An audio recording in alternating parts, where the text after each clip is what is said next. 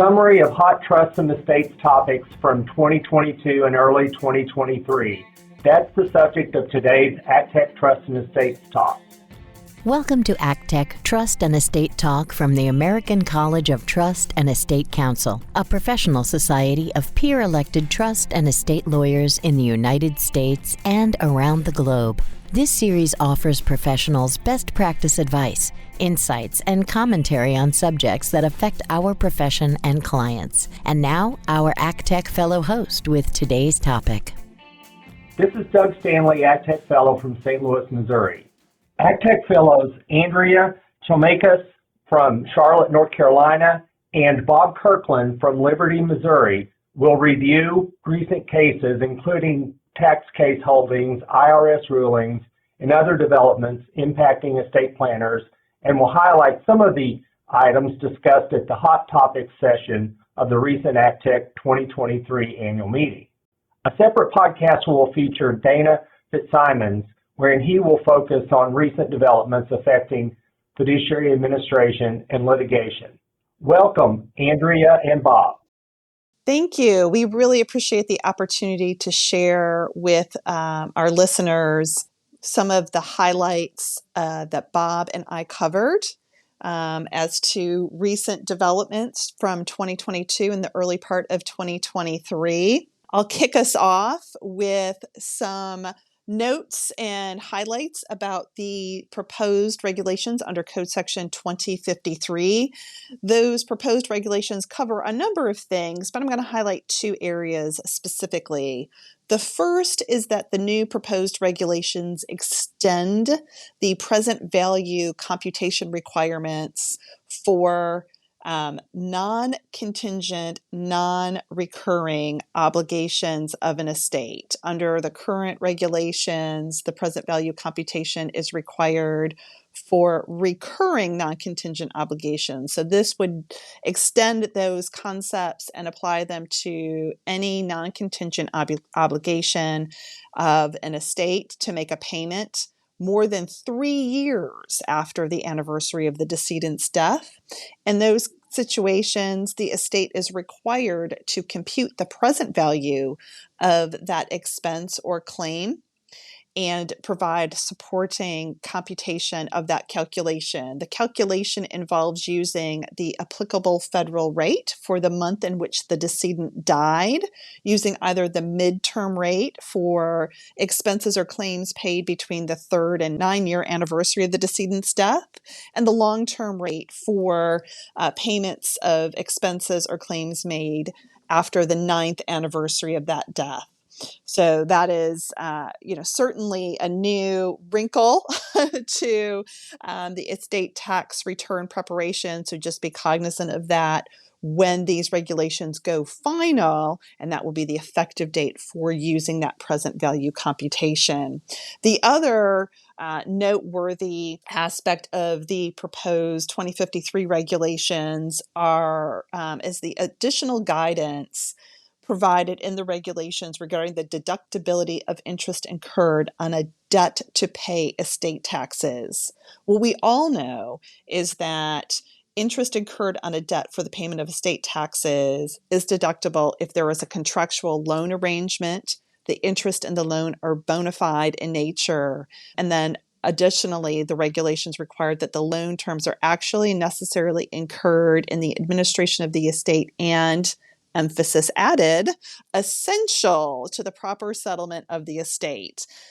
These proposed regulations include and provide a 11-factor list to support a determination or finding that the essential to the proper settlement of the estate requirements are satisfied. And I'm not going to cover all 11 of those, but I'm going to note 4 of particular note and interest. The first one is that the only practical alternative to the loan is the sale of assets at a significant discount or the forced liquidation of an entity conducting an active trade or business, or, air quotes, some similarly undesirable course of action. The second one is that the estate does not have control of an entity with liquid assets to satisfy the liabilities. The estate has no power to compel any an entity to sell liquid assets and make a distribution, and the estate is expected to have sufficient cash flow to support the loan payments. The third is that the estate's illiquidity does not occur as a result of a testamentary plan to create illiquidity or action or inaction of the personal representative when a reasonable alternative could have avoided or mitigated illiquidity. And the fourth is that this lender is not a substantial beneficiary or an entity over which a substantial beneficiary has control. That last one, obviously, is very important to us estate planners as we structure through our estate plans and our giving advice and planning for providing liquidity to the estate in terms of making a loan from either a beneficiary or an entity controlled by a beneficiary, implicating obviously the Gregan loan strategy that many people use. So with that, I'm going to actually turn it now over to Bob. He's going to give us some updates on the Secure Act and Secure 2.0. Well, thanks, Andrea. Yes, we all know about the incredible sea change that the Secure Act brought to us in 2020. We then had proposed regulations issued by the IRS in late February of 2022. Several bodies of professionals submitted comments to those proposed regulations. The comment period ended roughly the end of May last year. You can go to the ACTEC website and see ACTEC's excellent comments. About 16 of us worked for a couple months to put those together. Unfortunately, the regs remain in proposed fashion and really no clear hint of when those regs may be finalized. Part of that, I think, is because at the end of 2022, the Secure Act 2.0 became law on December 29th. Several interesting changes in that law, in that act, that affects estate planners.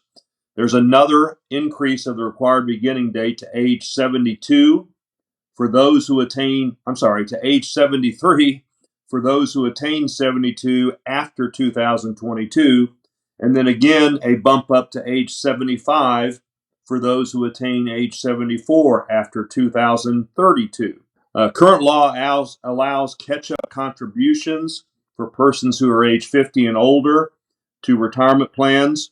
Beginning in 2025, the limit for those aged between 60 and 63, so a narrow sample, they can bump up their catch-up contributions to their retirement plans to an amount equal to the greater of $10,000 or 150% of the 2024 catch-up amount. A significant development for our clients who have beneficiaries of a 529 plan and don't use it all for education. The Secure Act 2.0 allows the beneficiary to roll over up to $35,000 over their lifetime from the 529 account to a Roth IRA.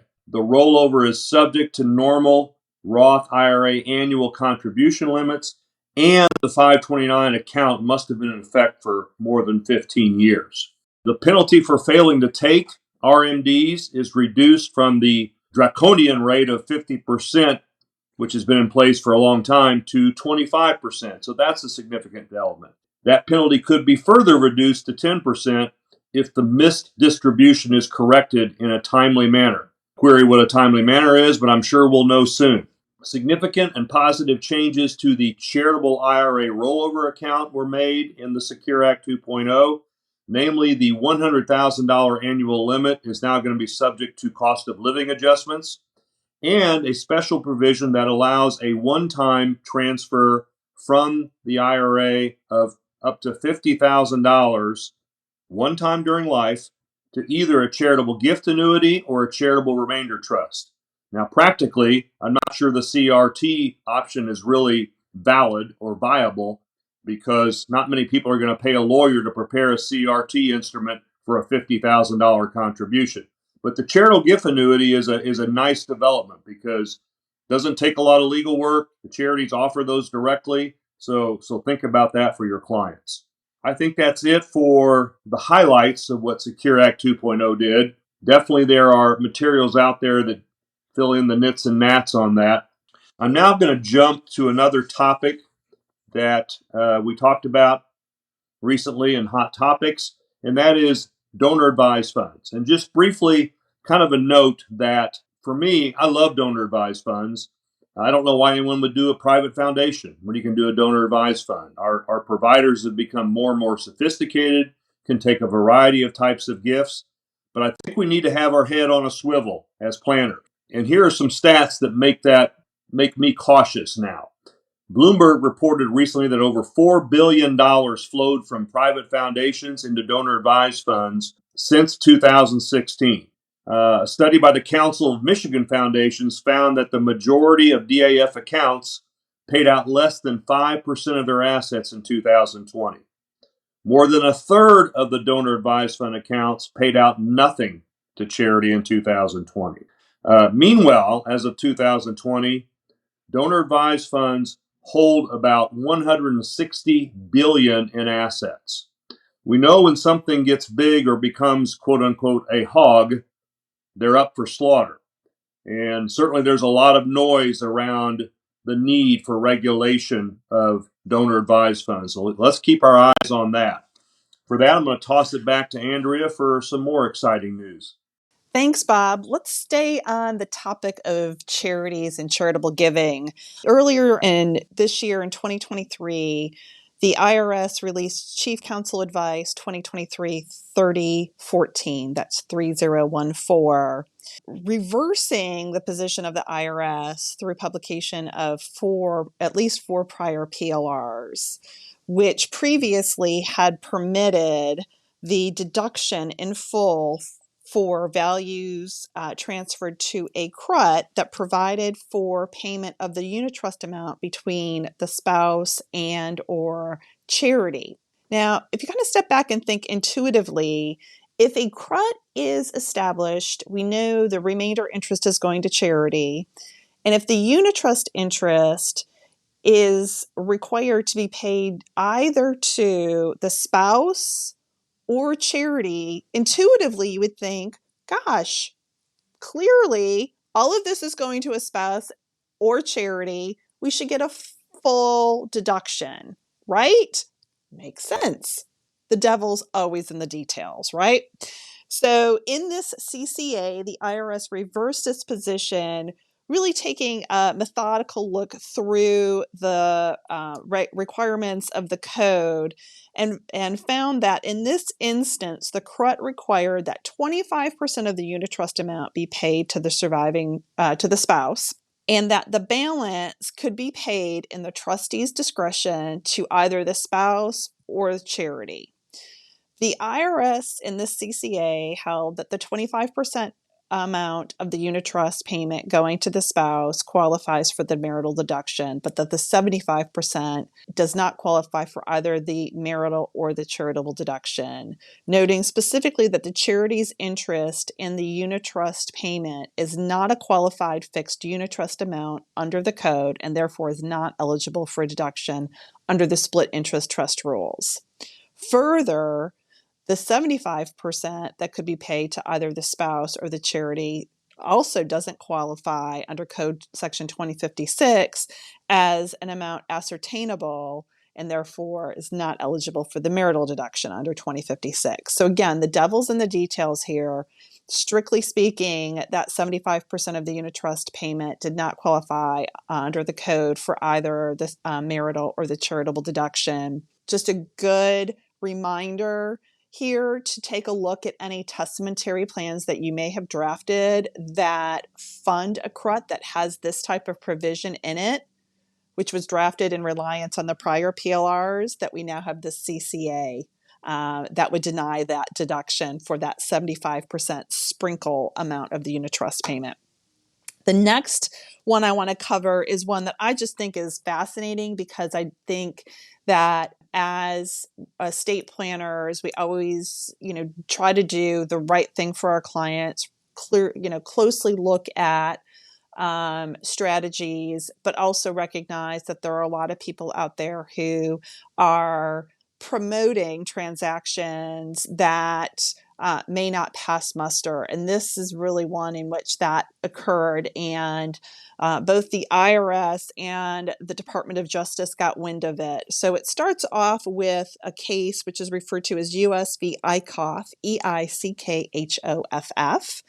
in which the promoters of a CRAT transaction were able to get more than 70 taxpayers to participate. This type of CRAT involved a transaction where the promoters and the CPAs and attorneys involved in it provided guidance that the contribution of assets to a charitable remainder annuity trust received a step up in basis, such that when they were sold, the assets were sold by the trust, no gain was realized on that sale transaction. The proceeds were then used to purchase a single premium annuity product that would fund the annuity payment. And because the basis in that annuity product was so high, there was very little, if any, income that was passing out to the annuity recipient. The IRS, again, got wind of this. The Justice Department actually brought suit against Mr. Eickhoff and the others who were involved in the promotion of this transaction. Based on the pleadings and the complaint filed in this case, the Justice Department noted that as a result of this transaction, more than $17 million in taxable income was unreported, and there were over 70 charitable remainder trusts utilized and 19 audits conducted and concluded. The corollary on the IRS side is Notice 2022-13, which actually identifies this transaction in the IRS's Dirty Dozen as a potentially abusive arrangement. So just be aware that these types of transactions are out there, and if a client comes to you and wants to participate in it, show them the complaint and the IRS notice, and hopefully they'll run for cover. I'm going to hit one more case for us before I turn it back to Bob. And this case is just really fascinating to me and others I've talked with about it. It's the estate of Fulton.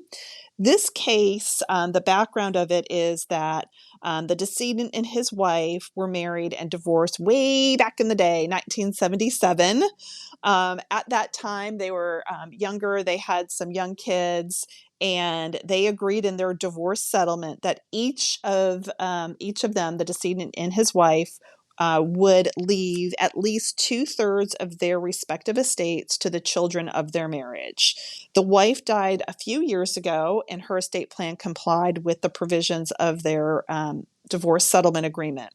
Husband died just a few years ago, or the other year, and his estate plan bequeathed stock in a specific company, Sunland Park Racetrack and Casino, which was like a video gaming type company, to his children, but then left the vast majority, well over 2/3 of his estate, to charity. His children filed suit against his estate. They also filed a creditor claim against his estate for the amounts that they were owed to receive under that divorce settlement agreement. The estate and his children settled, and the estate filed an estate tax return taking a deduction as a claim for the amounts paid to the children pursuant to that settlement and enforcement of the divorce agreement. Query how this one ends up. The IRS did assess a deficiency and have assessed approximately $215 million of federal estate taxes and penalties of nearly $43 million. The case was set for trial on January 23rd, and I have not yet heard an update. So we'll keep our fingers crossed on how that one turns out. Bob, back to you. Thank you, Andrea. So back to the retirement plan area. An interesting private letter ruling, 2022-27005, issued in July of last year. Here, the IRA's beneficiary on the owner's death was the owner's revocable trust. The trust provided that the entire IRA proceeds would be held for the benefit of the decedent's spouse. The spouse was the sole trustee and the sole beneficiary. The trust instrument directs the trustee to distribute as much of the principal and income of that trust share to the spouse as the spouse directs in writing. The taxpayer's representative requested a ruling that this qualified for a spousal rollover, and the IRS said yes. That's really not news in the sense that it's the most recent of these private letter rulings, literally hundreds, maybe thousands by now, over the last couple of decades. Similarly favorable results in these situations. So this opens the door for postmortem planning if you inherit such a situation. You can either ask for your own private letter ruling, or we've had some success going to providers and showing them all of these private letter rulings and saying, look, this has been held dozens of times to qualify for a spousal rollover, and some of those providers have treated it as such. And you should know that since 2009, a committee of the American College of Trust and Estate Counsel has requested a published revenue ruling on this very issue. We're still awaiting acknowledgement of our request, despite sending that in every year since. Moving to a different area, and that is valuation of closely held entities. On February 28th, just roughly 3 weeks ago, as I'm recording this, the tax court finally issued its valuation opinion in the Cecil case, and that's the State of Cecil v. Commissioner, TC Memo 2023-24. This is significant because the tax court allowed for the income tax affecting of earnings of an S corporation in the discounted cash flow analysis. Here, the court did so only because both the IRS expert and the taxpayer's expert applied tax affecting in their valuation opinions. Indeed, Judge Ashford of the tax court issued his ruling very grudgingly. I quote, "We emphasize, however, that while we are applying tax affecting here, given the unique setting at hand, we are not necessarily holding that tax affecting is always, or even more often than not, a proper consideration for valuation of an S corporation." Yet, it's significant. It's yet another case, 2 tax court decisions now where the tax affecting of S corp earnings has been allowed in valuing the S corp stock. So keep that by your phone when you're talking to your next IRS auditor. Finally, I just want to point out and defer to your reading an interesting case that is pending, no decision yet, in the state of Texas. It's a same-sex couple case where one member of the couple passed away in 2012. The estate paid over $1 million in estate tax for things left to the other member of the couple. A few years later, Obergefell decision came down saying under the Equal Protection Clause and the Due Process Clause, state governments must and federal governments must recognize marriages between same-sex partners. So here they filed a claim for refund, indicating that under the principles that were applied later in Obergefell, they were indeed a common law married couple and should be eligible for the marital deduction. I'll leave the rest of that for your reading. The name of the case is Kucerak, Kucerak v. United States. It's pending in the Western District of Texas. It was filed January 7th of 2022. No decision yet the last time I checked, but watch that case. There'll be interesting law made in that case one way or the other. With that, Andrea and I thank you very much for listening, and happy estate planning. Thank you, Andrea and Bob, for sharing hot tax topics with us. Thank you for listening to this episode of AgTech Trust and Estate Talk, the podcast series about wealth planning matters from the American College of Trust and Estate Counsel. To find an AgTech lawyer near you, visit actec.org. Please subscribe to this series and leave us a rating or a review.